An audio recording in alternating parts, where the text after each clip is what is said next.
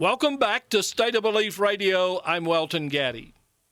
Maybe it's odd to think of Donald Trump as the religious right's anointed presidential candidate, but I guess it would be even more unexpected for that group of voters to coalesce around Hillary Clinton.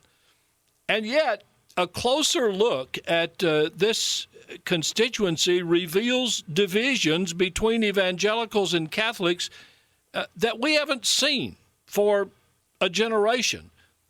A recent Religion Dispatches magazine article headlined, "Leave It to Trump to Split a Catholic-Evangelical Bloc That's Generations Old," examines this phenomenon.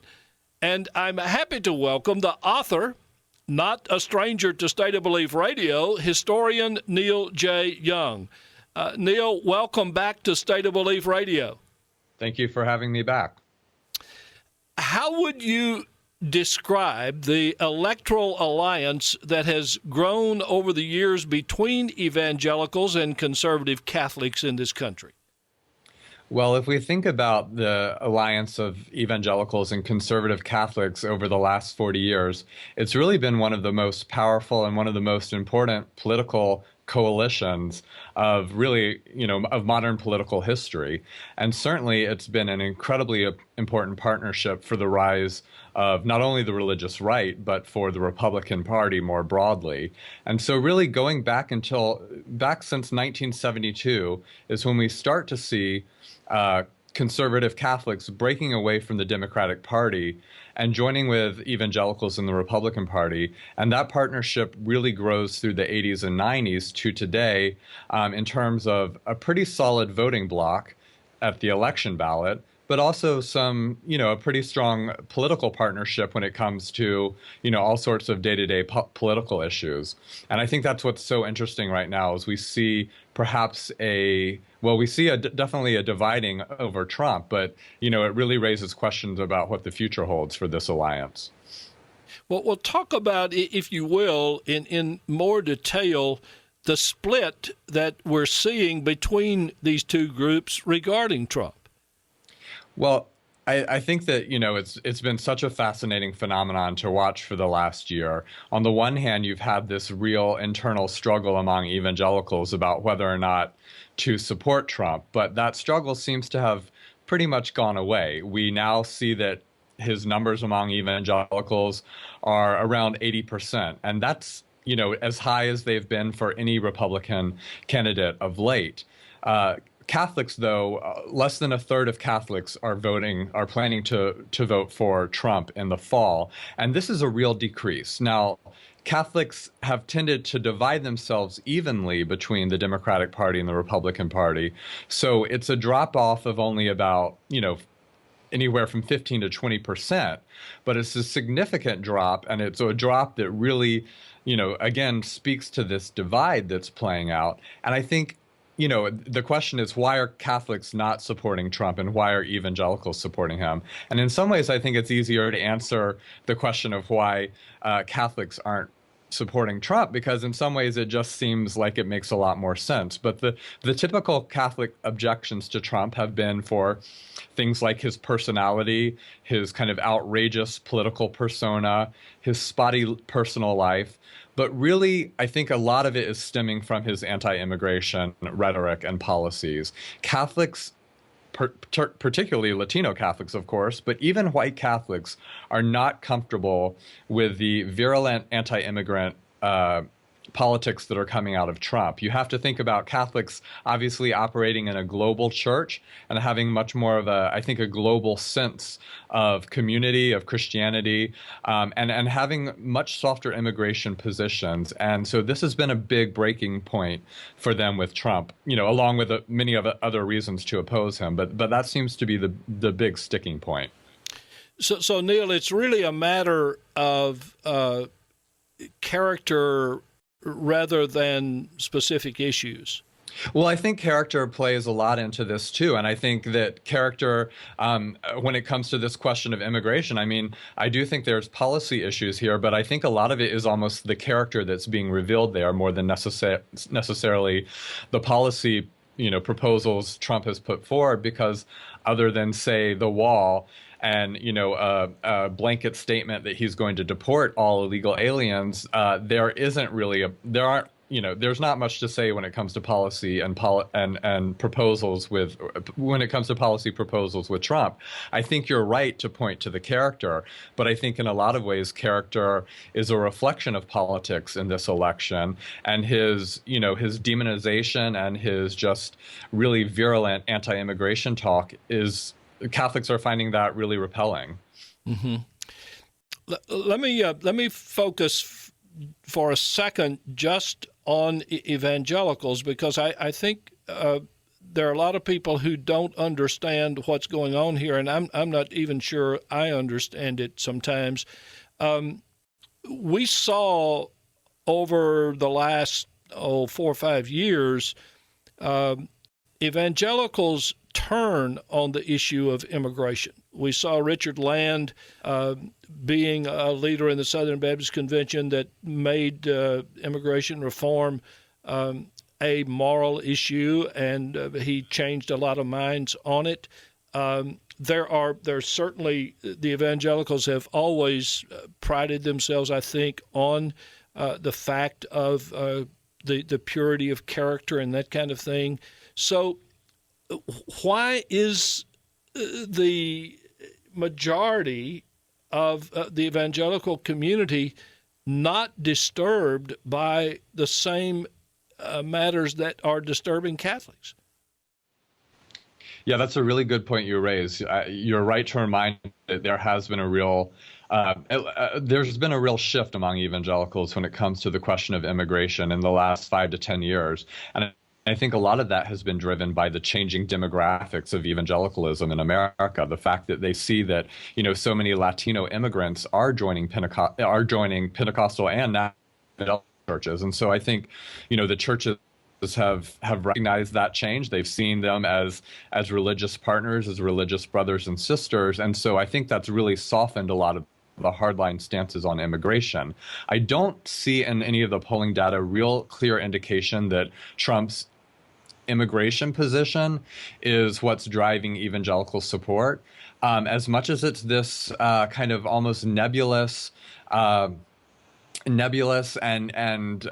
it's this nebulous kind of politics about Trump speaking to them as, returning them to power, essentially. I mean, his whole motto is "Make America Great Again," and there's an implicit nostalgia in there. There's this implicit sense that America used to be great in an earlier age, and I think that that's really resonated with evangelicals who, since the 1960s have felt like American culture is in a death spiral, and so I think there's a way in which they imagine Trump, even if he can't take them back to the 1950s, because, who could, and what would that even mean? That he's speaking to that kind of cultural grievance of marginalization that they feel. And he wants to return them to the center of power, to the center of American culture. And I think that's really resonating with American evangelicals right now, much to the frustration of the small, never Trump community, who continues to, point to his really unsavory personality and his own personal life, in addition to the fact that he really doesn't have any sort of coherent set of politics. I don't want to make this too simplistic, but is it unfair if I said that when evangelicals hear Trump say, "I'm going to make America great again," they hear, "We're going to win again"? I'm always hesitant to, sign on to simplistic explanations, but in this case, I think that's exactly right.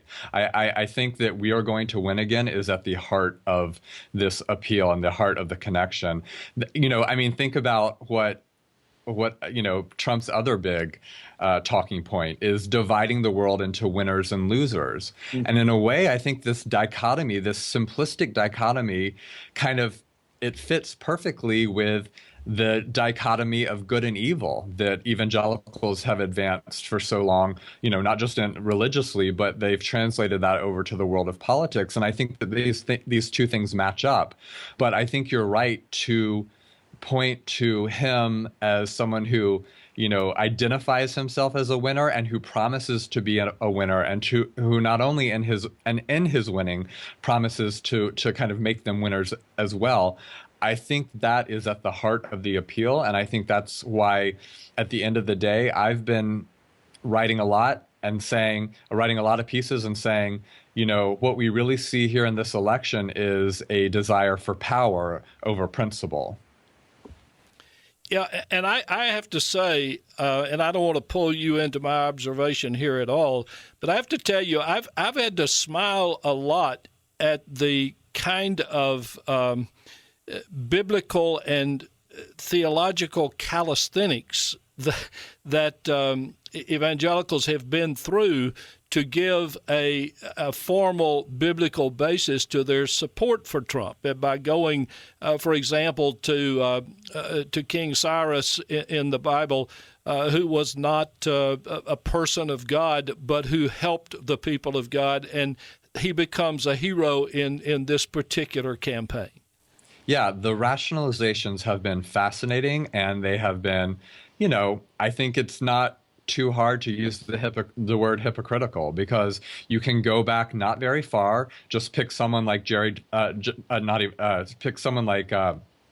James Dobson, leader of Focus on the Family. You can look easily to his statements in the 1990s, anything he said about Bill Clinton, and you could, remove Clinton's name and insert Donald Trump and imagine him making the same pronouncements, but instead he's saying quite the opposite.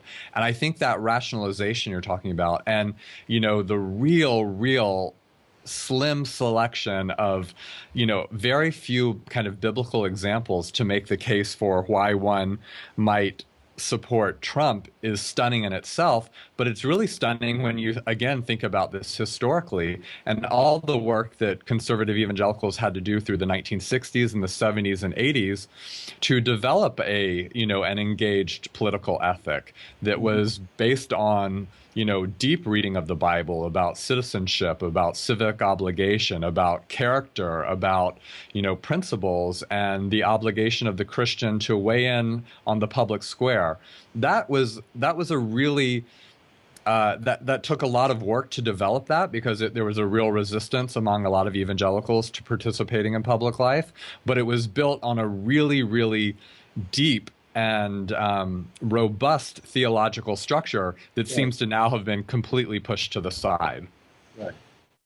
I know some people will laugh at this question and say, I can't believe you ask it, but is there an opportunity here that you think the Clinton campaign could work harder to appeal to?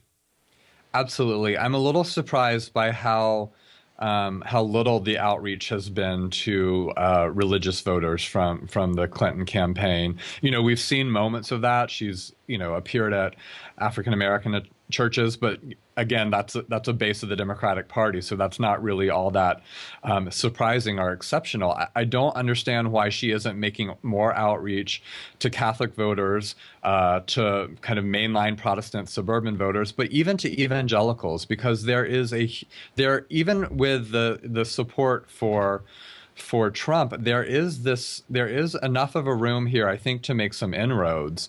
And I don't know why she hasn't made more straight up appeals to evangelical voters. Think about like the evangelical suburban mom, who has a lot of conservative politics, but also is not comfortable with this character of Trump, and who might be won on a lot of other issues that I think Clinton could speak really, really wisely and really adeptly about.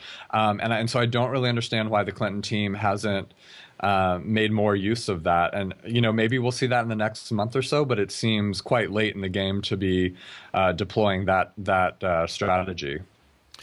Is the split between evangelicals and conservative Catholics significant enough that it could impact the outcome of November's vote?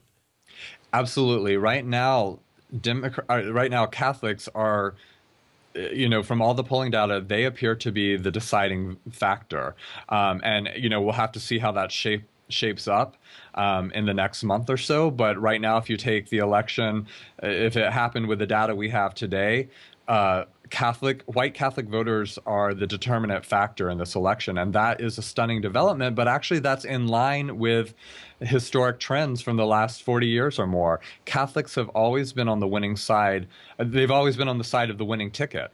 They've split their vote pretty evenly, but the way they swing has been to the winning side in every election, except for 2000. But of course, in 2000, they were on the side of Al Gore, who won the popular vote, just not the electoral vote. So again, we see the power of the Catholic vote, and I think we need to give it a lot more attention. We give so much attention to the evangelical vote in America, but in this election, we're seeing that Catholic voters may be the deciding voters. Neil, we've reached you today at a conference in France. The topic is religion in American politics, and I'd be very interested to hear how the scholars that you're with view this unique relationship from a European perspective. Yeah, so it's been really fascinating. I'm here in Aix-en-Provence, which is, not a hard place to have to be in September. It's absolutely beautiful. But I'm in a conference of international scholars, mostly historians and political scientists, all scholars of American politics and religion. And I have to say, I came into this conference with a little bit of certainly some assumptions about how Europeans would talk about American politics, particularly American religion and politics. And I've been pleasantly surprised by how seriously and how engaged they're taking this question of Trump and his religious support. This is not an opportunity for them to kind of lecture about stupid American voters or any of the other things that I think we might, expect Europeans to think of American voters. But they're really grappling with this political phenomenon.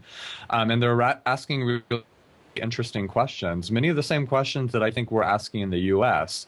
But it's interesting for them. It's interesting to hear I do think that they are giving much more attention to Catholic voters, and I think again this reflects obviously the power of the Catholic Church in European countries. But I think it's actually really refreshing again to hear as an American who feels like often the conversation about religion and politics gets dominated with discussion of evangelical voters.